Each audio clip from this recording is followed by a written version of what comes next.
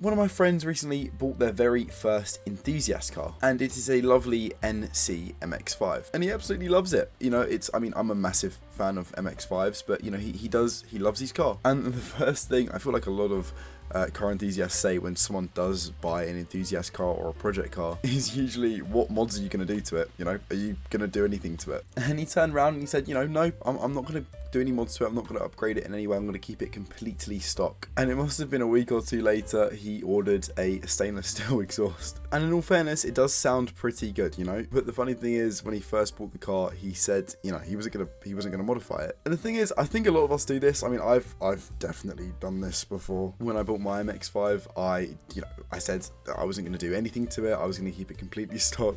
And now it's got an exhaust and new wheels and tires. So, you know, sometimes it's just one of them things. And when I really thought about it, a lot of my friends have said this about their cars. They said they was going to keep it completely stock, and now it's modified. I mean, it happened to another one of my friends who's just bought a car as well. He just bought a Clio Sport, and it's got an exhaust and new wheels on. So, you know, the funny thing with modding a car as well is you do one mod and then you get a huge kick out of it, and it's kind of like a gateway drug. You just keep buying more and more and more. And it's dangerous because modding cars is super expensive, but I feel like when you first get a car, you just want to keep it completely stock because you're usually pretty happy with it. Especially if you're a car enthusiast, it's probably a car that you've wanted for quite a while, so you know, having it stock is quite exciting. But it's a blank canvas, you know, why would you not want to, why would you not want to have a little bit of fun and customize it a bit? Especially with something like an MX-5 where there's so much aftermarket support, it's hard not to. And I've actually not done too many modifications to my car. I mean, some of my friends have full-on body kits and stuff, but like I said, it's a gateway drug.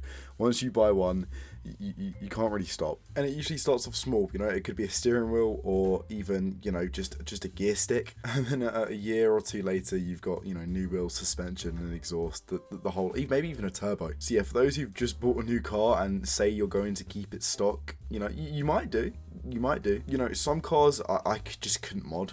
I just couldn't. If I had something like an old Triumph Stag or an old Mustang, I don't think I could modify it. But for those who bought a project car and said they're not going to mod it, I highly doubt it. It might not be a big mod, but you'll eventually do something. I promise. I just wanted to quickly say 90% of you guys are currently not subscribed, so please consider subscribing. It's free and you can always unsubscribe at any time. We're trying to get to 10k by the end of the year, so please, I would really appreciate it. Anyway, back to the video. One thing that always makes me laugh when someone buys it, I feel like a lot of these come from when you first buy a new car, but one of the most classic lines that I always hear, and like I said before, I'm guilty of this too, is the classic, yeah, I'm gonna keep this one forever, or I'm not gonna get rid of this one. You know, I mean, when is that ever the case? The fact is, in a year's time, or even a few months, if that, you're probably looking at your next car. But man, the first week or day or even month that you get it seems like the most special thing, and you know, you do genuinely think that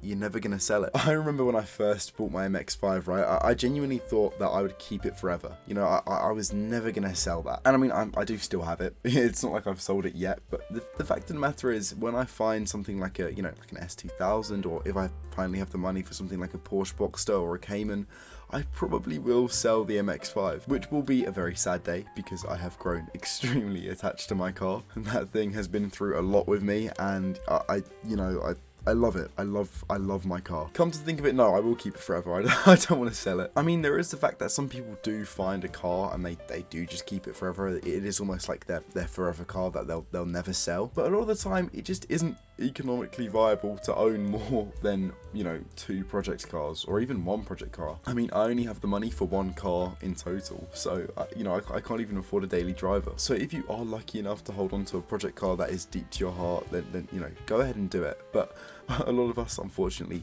have to sell it to make way for something else. Knowing how sentimental I am, if I did have the money, I probably would never sell any of my cars. It probably explains why Jay Leno has so many. I mean, he just collects them at this point, but you know what I mean. Who knows, maybe one day I won't have to sell the MX-5 and I can have, loads of other different cars on top of it, but I don't know. If I have to for something else, maybe. This next lie really does make me laugh because sometimes it's just, I don't know, I'll see what you guys think, but when people say it's a future classic, let's face it, your 2014 Ford Fiesta is not a future classic. Some cars are definitely future classics. You know, I would say if you own something like an NA MX-5 and, you know, you say it's a future classic, yeah, fair enough. But when I come to think about it, what does define a classic car? Because can't, you know, technically any old car be a classic? And then you have modern classics? I don't know, it's all... I'm confused. I'm actually a little bit confused now. Look, the fact of the matter is this, right? If you have an ND MX-5, which is brand new, and you call it a future classic, you just don't know. You have no idea whether it's going to be desirable in the future or if it's not. Whereas, of course, things like a 67 302 Boss is, of course, that's a classic. Or any old 60s Mustang, of course, that's a classic. But let's take, for example, I don't know, a Toyota Bluebird. I don't know why that just came to my head. Is that a classic car or a future classic? Or is it just an old car? I guess the argument is pretty subjective, but still, I feel like there could be a majority agreement here, right? Look, what I'm trying to say is a lot of car enthusiasts, they buy a project car, they buy an enthusiast car, and they say it's a future classic, when clearly it might not be. It might not have that much significance, you know? Man, I've kind of contradicted myself and and confused myself here. This is one for the comments. Let me know what you guys think. But I think when people say it's going to be a future classic, they usually mean they're going to, you know, make money on it. Almost like the car is an asset that will eventually appreciate over time. But the thing is, that could be 40 years from now. You just don't know until then. One of my favorite lies as a car enthusiast, and it's something that I think we all do, especially if, you know, if you're someone who likes to work on your car yourself, is the classic line of, don't worry, it will only take an hour.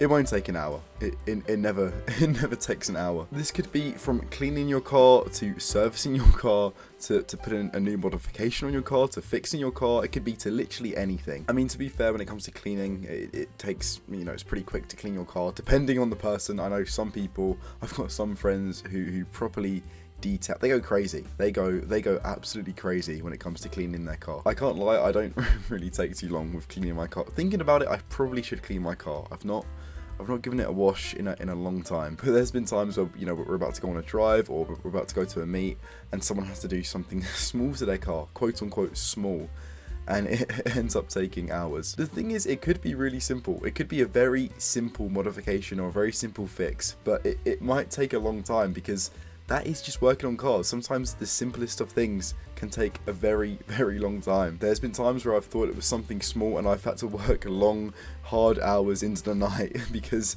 you know, it ended up being a lot more difficult than I thought it would be. I mean, man, fitting my exhaust, that was tough. That was really hard. I had 3 friends over and we were struggling way more than we probably should have. But that is just working on cars. And initially, when you first get the part or when you first, you know, start to fix it, you only think it's going to take 20, 30 minutes, maybe up to an hour at most. And it ends up taking 5-6 hours. Yeah, it's just funny how it goes from, you know, being a car meet or everyone going for a drive to everyone driving around someone's house and just working on their car in their garage until the early hours of the morning. But hey, if you did find some enjoyment in this video, I really would appreciate it if you guys subscribed or liked the video. I do stuff like this all the time, so feel free to check out the other videos. And yeah, I guess I'll see you in the next one. Bye for now.